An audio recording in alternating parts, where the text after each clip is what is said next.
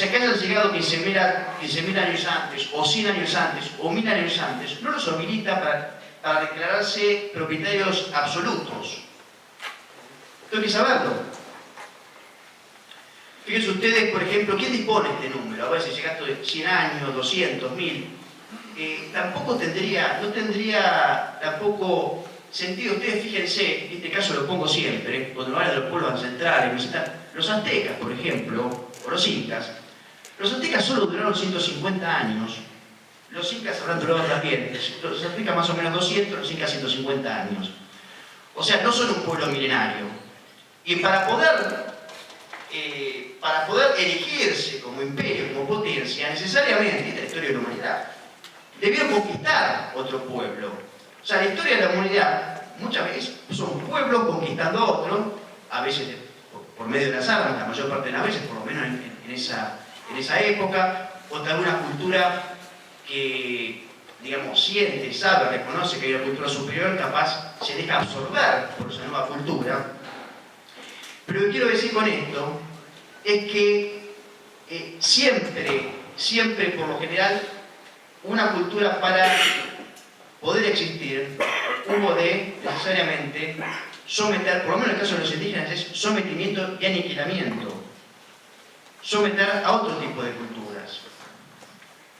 O sea, en realidad no pueden quejarse los indigenistas del tema este, porque ellos vivían y vivieron invadiendo y sojuzgando pueblos. Bueno, yo en el primer tomo del libro 1492 que escribí, trato sobre las distintas invasiones y guerras constantes de estos pueblos indígenas. Ya en la segunda parte trato un poco más de, digamos, las costumbres más bestiales, que suelen silenciarse como los sacrificios humanos, el canibalismo, la pederastía, el esclavismo, bueno, etcétera, distintas desviaciones morales. Tema muy interesante, yo me detengo acá, digamos, en estos puntos que por lo general yo creo que son esenciales, es esencial saberlo para toda discusión y para entender el tema del indigenismo y poder, digamos, refutar los argumentos principales. Cuando España llega a América, solo una parte del continente estaba ocupada. No es que llega a España y estaba cada rincón, fíjense que había no más de 13 millones de habitantes cuando llega España a América. Y por lo general, la mayor parte de esas tierras no estaban cultivadas, había gran parte de las tierras que ni siquiera conocían a sus propios indígenas. América es un continente muy grande. Entonces uno dice, a ver, ¿cuáles son las tierras que reclaman los indígenas? O parte de estos indígenas. ¿Las que ocuparon? ¿O también las que no ocuparon? ¿Las que no conocieron jamás? ¿Las que no cultivaron jamás? Y en general los españoles no despojaron a los indios de ninguna tierra, porque lo que ocuparon por lo general fueron superficies incultas. Luego nos hablan, por supuesto, de una unidad, de la unidad como si al momento de la llegada de España y de la Iglesia acá había una unidad indígena continental o una suerte de imperio indígena de todo el continente con una misma cultura, unidos políticamente, y acá sabemos que había cientos de distintas etnias, con distintas religiones, con distintas costumbres, que por lo general se odiaban entre sí. O sea, España, la Iglesia y el orden occidental no rompieron ninguna unidad indígena. Lo que hizo en realidad fue salvar al 90% de los indígenas que estaban sometidos por el otro 10%, que lo único que hacían era tenerlos como fuerza de trabajo, y por lo general los sacrificaban ritualmente si así las circunstancias lo brindaban. ¿Cómo estamos? ¿Venga más? ¿Ya estamos? Bueno, me queda el tema. Yo en realidad, ahora quiero hablar un poco del paraíso rusoniano, digamos, que imaginan algunos, por ejemplo, como si estos regímenes indígenas casi vivían una suerte de, digamos, como decía, de paraíso, y en realidad esto eran, aquí el azteca, el maya y el inca, que son los más conocidos, eran regímenes completamente totalitarios. La situación del pueblo llano era paupérrima. Esto lo podemos hablar después, si quieren, de un modo un poquito más, podemos desarrollar un poco más. Pero sobre la cuestión mapuche, yo primero, antes que nada, lo que les puedo recomendar, luego de esta charla, si el tema les interesa, hay trabajos muy buenos Hay un historiador chileno que se llama Sergio Villalobos, que conoce a la perfección el tema mapuche, ha sufrido muchísimas de las amenazas de este pueblo. Hay incluso un abogado cordobés que tiene un apellido, creo que sí, yo vi otra vez, lo vi en un programa de televisión, conoce a la perfección la temática del indigenismo, la problemática, pero es el nombre, me fijo. Hay que consultar a Roberto Porcel, académico, miembro de la Academia Argentina de Historia. Bueno, y por supuesto nuestro antropólogo Casamiquela. Y lo que nos dice básicamente es lo siguiente, y creo que es lo que todos ya hemos venido escuchando, por lo menos ha tenido bastante difusión, el tema de esclarecer lo que es la cuestión mapuche. Lo que sabemos por lo pronto es que no son argentinos. Ellos históricamente estuvieron en la zona del Arauco, que es una zona que hoy corresponde, digamos, está dentro de la extensión territorial de Chile, está delimitada por el río Biobío, el río creo que es Milten, y la cordillera y el Pacífico. Es decir, ya empezamos mal, o sea, digamos, ¿qué reclamo puede tener un pueblo que ni siquiera es originario o que habitaba esta parte del territorio? Ellos comienzan, en realidad los mapuches, a partir del año 1830, 1832, comienzan a cruzar, digamos, a este lado, a la Argentina, comienzan a ocupar de a poco San Luis, Córdoba, llegan hasta la puerta de Buenos Aires, y básicamente lo que hacen son campañas de pillaje, incendian pueblos, se dedican a, por supuesto, a secuestrar ganado, a secuestrar mujeres. O sea, básicamente esa es la actividad que hacían estos grupos de mapuche, históricamente está probadísimo. Claudio Chávez habla muy bien en un programa recientemente, y un libro que no me acuerdo, que explica a la perfección todo esto. Y luego, a partir del año, digamos, ya 1854, estos mapuches se vuelven más radicales, ya son más numerosos, y bueno, por supuesto, y habría incluso, estos mapuches en un principio fueron, digamos, utilizados, o lo hicieron con la connivencia del gobierno chileno, que lo que quería hacer en ese momento estaba reclamando soberanía sobre gran parte de la Patagonia. Entonces, uno de los argumentos para reclamar soberanía sobre nuestra parte de la Patagonia y otros territorios era que sus habitantes eran chilenos, es decir, elementos araucanos, ¿no? Los mapuches, lo que hoy se llama mapuche, que es una palabra bastante reciente, en realidad se refiere a los araucanos provenientes de Chile. Bueno, por supuesto acá viene Roca, y el año, aprovechando la guerra del Pacífico, creo que fue en 1879, o por ahí habla, aprovechando la guerra del Pacífico de Chile contra Perú y Bolivia, entonces surge la campaña del desierto realizada por Roca. Por supuesto que esto está autorizado por Avellaneda, por el Congreso, incluso parte de los tehuelches, que son nuestros indios, nuestros verdaderos indios que habitaban esta parte del territorio. Ellos luchan con el Ejército Nacional, junto a Roca, contra los mapuches, que en gran parte de los mapuches, tanto que se victimizan estos mapuches, en realidad, ellos aniquilaron a nuestro pueblo, digamos, utilicemos el originario, aunque no me gusta, nuestros pueblos, digamos, los pueblos indígenas argentinos. O sea, estos mapuches no solo no pueden reclamar, sino lo que deben hacer primero es pedir perdón, y deben restituirle debe haber algún tipo de reparación hacia algún descendiente de tehuelche que debe haber quedado. La temática, la verdad, bueno, yo podría quedarme con el tema mucho tiempo más. Yo me ofrezco después, o ahora a la salida, seguir un poco profundizando, quedamos en tiempo sobre el tema mapuche, pero también, más que nada, me interesa el tema de hablar un poquito más del presunto paraíso precolombino y cómo realmente era la vida de los indígenas antes de la llegada de España, que realmente era horrorífica. Así que bueno, quiero agradecer a todos, estamos ya sin tiempo, y les agradezco muchísimo y espero haber sido razonablemente claro. Muchas gracias.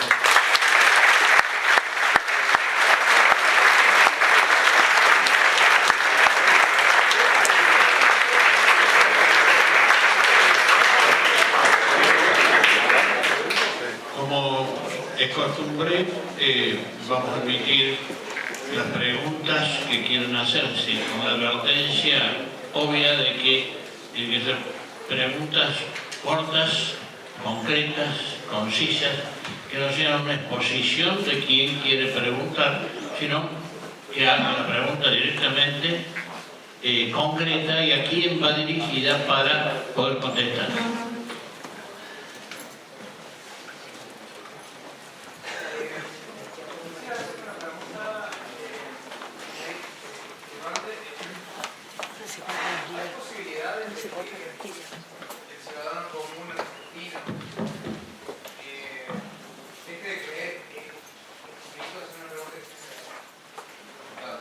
Pregunté si hay una posibilidad de que el ciudadano común argentino pueda dejar de creer en mitos y poder hacer frente a todos los masistas que tienen esto para que no consigan sus objetivos de segregar todo el país y de destruirnos por dentro. Pregunto esto porque realmente, como joven, realmente me preocupa. Puede tener un futuro donde podamos verdaderamente terminar. Sí, yo creo que sí. Lo primero es, digamos, tener, digamos, voluntad por encontrar la verdad, ¿no? Porque, digamos, que si somos conformistas ya morimos, y también si somos cobardes, porque hay muchos, yo te aseguro que hay muchísimos que piensan como nosotros, hay muchísimos que por lo menos intuyen que lo que están diciendo no es cierto, pero por miedo a lo que es políticamente, por miedo a ser políticamente incorrectos, por lo general callan.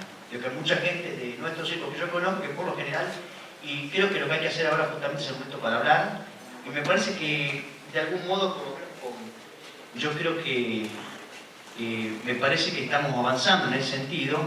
Por ejemplo, yo creo que no es casualidad, digamos, el éxito que está teniendo Agustín, Nicolás, la cantidad de presentaciones que están haciendo. Yo creo que me parece que hay una voluntad en mucha gente de conocer otra parte que no les han contado, y creo que hay una voluntad de mucha gente en aprender y enterarse, me parece. Hola, buenas tardes. Sí, Agustín, hace rato decías que por lo general los estatistas, los estados estatistas, tendían a que la revolución económica se fortifique, digamos, en el estado estatístico. Así también dijiste que hay poderes financieros que apoyan toda esta guerra cultural. Yo no sé si la Fundación Libre tiene algún proyecto político, pero me gustaría saber cómo el movimiento liberal o un gobierno liberal haría frente a esta guerra cultural. Mencionando que hay países como Rusia, hay países que han sufrido el marxismo y hoy, sin embargo, no tienen esta guerra cultural como así, como en España o otros países. Es muy buena la pregunta. Mira, si Rusia no tiene estos problemas es porque ha habido una reacción cultural importante que viene de la mano de la Iglesia Cristiana Ortodoxa. Está virtualmente aliada con el poder político allá, o sea, hay un ancla cultural muy importante que tiene que ver con eso. Yo digo, acá no hay ideología de género sin estatismo, en la medida en que la ideología de género se impone, sobre todo desde la currícula escolar, y la currícula escolar es una construcción que viene del Estado, por supuesto. Es decir, yo no hago la currícula escolar, la hace un equipo estatal de burócratas que después tienen el poder, por sobre los padres de familia del país de que se trate, de decir aquello que debe ser enseñado y aquello que no. Entonces, esta revolución efectivamente está aconteciendo, primero que nada, entre los más jóvenes. La pregunta ahí es ¿por qué apunta a los jóvenes? Bueno, porque los jóvenes son las mentes más fáciles de manipular. Andale a explicar a Sofanor Novillo Corbalán, que está acá sentado en la primera fila, que yo en verdad soy una mujer porque me sentí hoy mujer y me puse una peluca.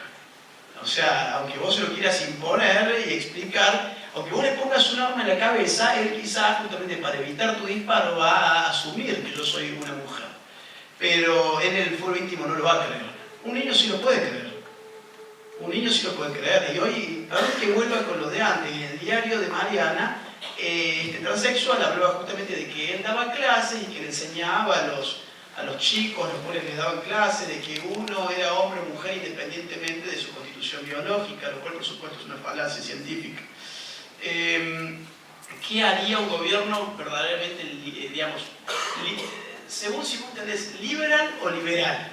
Porque los liberales de Estados Unidos no son lo mismo que los liberales, por ejemplo, de América Latina. Los liberales de América Latina son los conservativos, si vos querés, de Estados Unidos. Un liberal clásico, al estilo, si querés, austríaco, no tiene nada que ver con los liberals. Te diría, queremos menos Estado. Para tener menos Estado, queremos más sociedades intermedias. Es decir, queremos una sociedad civil más fuerte, lo cual no significa solamente reforzar al individuo, porque si vos dejás al individuo frente al Estado, ¿quién te pensás que va a ganar? Te gana el Estado. Ahora bien, si vos entre el individuo y el Estado tenés una serie de cuerpos intermedios, familias fuertes, asociaciones civiles, iglesias de, creo que sea, pero iglesias fuertes, etcétera, bueno, el Estado ahí ya le va a costar más penetrar.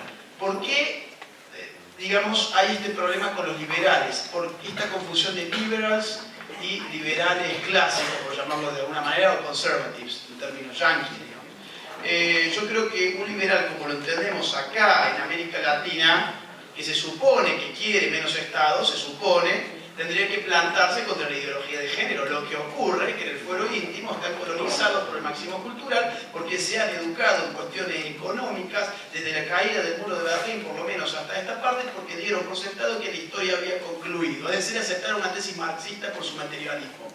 Como siguen este tipo de filosofía, aceptaron que la historia había acabado, que también por otra parte era el fin de las ideologías. Entonces, ¿para qué te vas a poner a investigar ideología y a pensar en términos de los temas ideológicos si ya tenés resuelto todo? Si la historia ya no puede tener un nuevo giro. Lo que tenés que hacer en ese sentido es abandonar el terreno intelectual para constituirte en un técnico. Por eso es que a partir del 22 hasta esta parte, lo que sucedieron al orden bipolar no fue un orden global, liberal, entendido en ese sentido, sino un gobierno tecnocrático, eran los gobiernos de los economistas, por llamarlo de alguna manera. Entonces yo creo que si la pregunta es tu preocupación por estos liberales, que se dicen liberales y están al mismo tiempo a favor de una ideología tan estatista como la ideología de género, sí, tienen una gran contradicción y en el fondo es mucho miedo a ser políticamente incorrectos. No, ya hecho. ¿Yo? No, lo pido muy breve. Recordarle a Iturralde, usted, ¿no? Iturralde. No, usted mencionó de los apellidos de indígenas de Córdoba, refiriéndose, quizás quiso decir los anavirones, los comentingones. No sé si entendí bien, y nos mencionó Argañarás. Yo vi un programa, un trabajo de un abogado cordobés, Sí. que de apellido creo que es Algañarás. No sé si lo conoce. No, yo entendí otra cosa. Hay acá un apellido comechingón, de origen comechingón, pero que no están inscritos ni afiliados al indigenismo, que se llama Turiano. También me han invitado a las Turianadas, que es una familia muy vieja de Córdoba y que tiene ascendiente de comechingón. Y organizan en un lugar de la sierra, que ahora no me acuerdo, pero la sierra se llama las Turianadas. Y hay mucha gente, así son, con ese apellido Turiano, así conocido en la Turiana. Por eso pensé que se refería a algún tipo de familia que tiene ascendencia comechingón. No. Interesante, lo podremos hablar. Sí, era para que reconozcan, se llama Turiano, y organizan fiestas que se llaman Turianadas, pero no están inscritos en ningún tipo de indigenismo ni de Entiendo.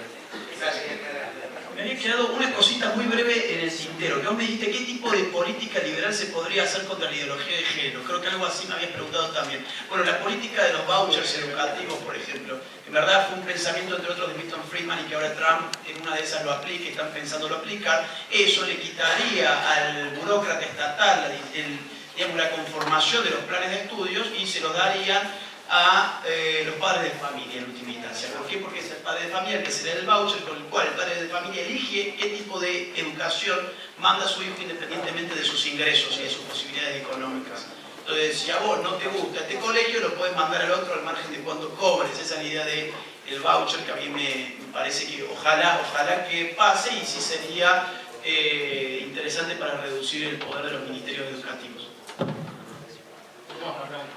Para adelante. Habías dicho que detrás en última instancia que te apoya al marxismo cultural, financiándolo, en última instancia era la Fundación Ford, Rockefeller y otros más que nombraste. quería saber cuál es el objetivo que se busca en realidad, es decir, en estos países, y también quiero saber qué función cumple la masonería en todo esto.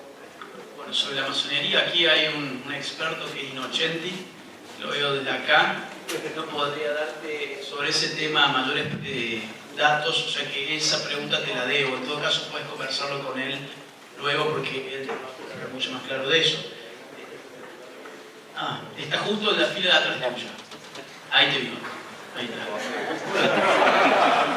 Mirá, yo sobre cuáles son los objetivos que persiguen, se ha dicho mucho y no quiero repetir porque son tesis que ya son bastante conocidas. Hay tesis sobre la debacle moral de ciertos pueblos para poder manipularlos mejor, acceder, digamos, a ciertas sociedades, reducir los índices de natalidad, etcétera, etcétera. Son tesis que yo la verdad las tendría que revisar un poco más de cerca. Lo que a mí me gustaría complementar a ese tipo de dato material es un dato ideológico que es del que poco se ha hablado hasta ahora, así que voy a usar esos minutos para esos fines. Mirá, yo, en primer término, pienso en la psicología del magnate, la psicología del multimillonario. No sé si ustedes han visto alguna vez Los gigantes de la industria por History Channel, donde nos cuenta la historia de cómo se crearon las industrias más importantes de Estados Unidos y cómo después, cuando estos millonarios tenían absolutamente todo, lo que podían tener y contar, se lanzaron a una cruzada filantrópica, una especie de lucha en el mercado de la filantropía. Bueno, esa conciencia, esa psicología del multimillonario yo creo que se aplica, es universal para todos los tiempos. Y es algo que yo veo, no particularmente en el caso de Soros, porque ahí aplica la cuestión de la arrogancia, que es otro tema. El tipo, yo creo que, según lo que le he leído de su propia pluma, lo que necesita él es, de alguna manera, ponerse en el titiritero del mundo. Eso es algo que básicamente él ha dicho con otras palabras, por ejemplo, en una entrevista que hicieron en la revista Rolling Stone. El tipo tiene esa ansia de poder, pero en general el resto de las fundaciones uno dice, bueno, ¿qué pasa acá? Bueno, ocurre que, imagínate, vos pones tu empresa, mañana te avisan, te ganaste $1 millón. Vos seguramente te vas a poner súper contento, vas a llamar a toda tu familia, vas a comprar el mejor champán, vas a hacer un buen asado y vas a festejar. Al día siguiente te dice, tu agente de bolsa, que sé yo, te dice, che, hoy te antes saqué $5 millones. Vos te pones súper contento, capaz que ya no haces el asado, pero sí abrís tu otro champán. Y pasado mañana te dicen, hoy te gasté 10. Y así, seguido. Esto es como con el chocolate o como con las hamburguesas de McDonald's, a mí me gusta mucho. Si yo como una, bueno, me encanta. Ahora, si me dan otra, y me va a gustar un poquito menos, ya no me va a satisfacer. Esto es un principio de la economía, ¿no? Pero lo estoy haciendo lo más claro que se puede. Si yo sigo comiendo más, ya va a llegar un punto en donde no me va a generar nada extra, no va a haber más placer extra, más utilidad extra por cada hamburguesa que yo me como. Algo parecido pasa con el ingreso de plata de los multimillonarios. Le ingresa tanto dinero por día que cuanto más ingresa, la verdad es que ya no sienten nada. Pueden sentir lo que yo puedo sentir al encontrarme un peso tirado por la calle. Pero ellos le avisaron que se le metieron $10 millones nuevos en la cuenta. Entonces, cuando ya la plata no lo satisface como lo satisfacía anteriormente, ¿qué ocurre? Dice, bueno, ahora yo tengo que pasar a la historia. Esto es lo que se ve muy bien con los magnates de hace 2 siglos en Estados Unidos. Tengo que pasar a la historia, pero no puedo pasar a la historia como un simple multimillonario, avaro, egoísta, que hizo su dinero y que vivió para sí mismo. Tengo que pasar a la historia como un tipo que mejoró el mundo, que vino para mejorar las cosas, la calidad humana, la calidad de vida del hombre. Entonces estos tipos ponen sus fundaciones. Pero a mí me cuesta mucho imaginarme, por ejemplo, a Bill Gates leyendo a Judith Butler a ver cómo reventar el binarismo sexual, digamos. Lo que yo pienso más bien es que estos tipos, como la tienen toda, agarran y llaman a los mejores académicos que tienen, digamos, en Estados Unidos y fuera de Estados Unidos también. Entonces, ¿qué pasa? Llaman a los de Oxford, a los de Harvard, a los de Columbia, a los de Berkeley, y seguir sumando, los sientan y le dicen, oigan, cambien el mundo en mi nombre. Por eso la fundación tiene mi nombre, porque el que cambió el mundo para la girada fui yo, con mi plata. Ahora bien, ¿quiénes son los que trabajan en esas fundaciones? Es lo que a mí me gustaría saber. ¿Y cuál es el poder real que tienen dentro de esas fundaciones? A mí, yo sé que hay intereses económicos. Ahora, los intereses económicos me parece que tienen que ver más con las farmacéuticas y con las cuestiones del aborto tipo Planned Parenthood. Los intereses de aniquilar a la población, etcétera, eso es algo que ya tanto no me convence por principios económicos. Yo supongo que esta gente estará más interesada por principios económicos a que haya en el mundo más gente a que haya menos, porque si hay menos pasan dos cosas, caen los precios y suben los salarios. Y yo supongo, por otro lado, que a ellos les conviene también, por ejemplo, que en el mundo la gente sea cada vez más rica y no cada vez más pobre, porque si es cada vez más rica significa que aumenta el consumo, si es cada vez más pobre cae el consumo. O sea, ¿a Bill Gates a dónde le conviene ir a vender Microsoft? ¿A Zimbabue o a Canadá? Bueno, y en última instancia, la última pregunta que yo dejo como duda es ¿por qué, si esto es un plan deliberado para atacar a otras naciones, por qué se le aplicaron en primer término a ellos mismos? Porque esto fue aplicado primero que nada en los Estados Unidos, en Canadá, en el primer mundo europeo, en los países nórdicos. De modo que yo tengo mis dudas respecto de las tesis materiales en ciertos argumentos, en ciertos otros argumentos no. El tema aborto está muy claro que se comercializan los fetos, el tema farmacéutica está muy claro que tener a más transexuales es un negocio multimillonario porque es como tener a drogadictos. Un transexual no es como lo planteaban hoy en el diario de Mariana, donde el transexual celebra su liberación y vive sumamente feliz. Para empezar, el transexual tiene una expectativa de vida de 45 años menos que una persona que no sea transexual. ¿Por qué razón? Entre otras, por ejemplo, porque se tiene que inyectar todas las semanas de su vida estrógeno para que no le agruese la voz o para que no le crezca la barba. O sea, es una lucha constante contra la naturaleza que los medios quizás te la venden como una cuestión sumamente festiva, pero no lo es. Pero atrás de todo eso no me cabe duda que hay farmacéuticas llenándose de oro, ¿no?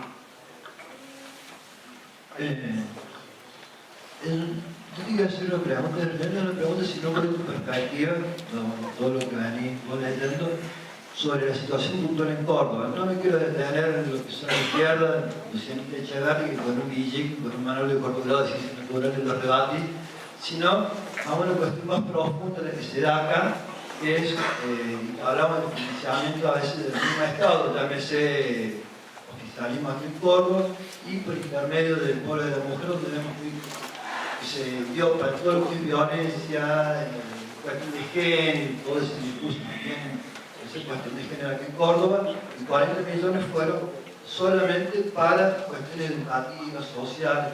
¿Cómo se puede rebatir esa situación o cuál es la perspectiva? Ya, Eso es de la izquierda, ¿no? Muy simple. ¿Cuáles han sido los resultados de eso? Más violencia. Es decir, ¿qué ha pasado con Ni Una Menos? Apareció por primera vez hace 3 años. Ok, veamos, ¿crecieron o decrecieron los femicidios, como lo llaman? Violencia de género. Crecieron exponencialmente. Y ustedes me podrán decir, bueno, ¿vos estás sugiriendo acaso que por las marchas hay más violencia de género? No necesariamente. Lo que estoy sugiriendo es que, sin lugar a dudas, esas marchas no han servido para nada más que para reoxigenar a grupos políticos que necesitaban de ellas para ampliar sus discursos ideológicos. Vos sabés que el gran problema con la falacia de la violencia de género está en su propio nombre. Violencia de género significa aquella violencia que se ejecuta con arreglo al odio del género. Es decir, yo le pego, por ejemplo, a una mujer porque esa mujer representa para mí un universo que yo desprecio por razones de género. Si yo, por ejemplo, vamos a suponer que a una señorita de acá se levanta y me dice yo soy un misógino por haber dicho eso y me lanza con una botella y yo me cubro y la agarro fuerte, etcétera, y le dejo un moretón. Bueno, al día siguiente va a estar la voz del interior poniendo obviamente misógino, machista, fascista, neonazi y no sé qué otra cosa más. Heteropatriarcal, lesbo, transfóbico, no sé qué más. Hizo tal cosa. A ver, ahora bien, ¿eso fue violencia de género? No, ¿por qué? Porque la agresión no obedeció a un odio de género. Lo que ocurre, es más, te digo más, los feminicidios, ¿qué son? O los femicidios, según el país se los llama de una o de otra forma. ¿Qué son los femicidios? Es el asesinato de mujer por razones de su sexo. Yo mato a una mujer porque odio a la mujer como tal, entonces es un femicidio. Yo no conozco un solo femicidio que haya sido comprobado en ningún país de América Latina de los que estuve. Y estudié todos. No conozco ninguno. ¿Por qué razón? Porque no ha habido ningún peritaje psiquiátrico psicológico sobre el victimario para determinar que esa persona efectivamente estuvo movilizada por un odio de género que lo llevó a matar a esa persona. Eso es un feminicidio, o eso es un femicidio, como lo quieren llamar. eso no existe. Fíjense qué pasa, por ejemplo, en Colombia y en México. Se han hecho dos cuestiones muy interesantes que no han trascendido. Se trazaron gráficos de curva de homicidios y de femicidios. Obviamente los femicidios están mucho más abajo porque son menos, y los homicidios mucho más arriba porque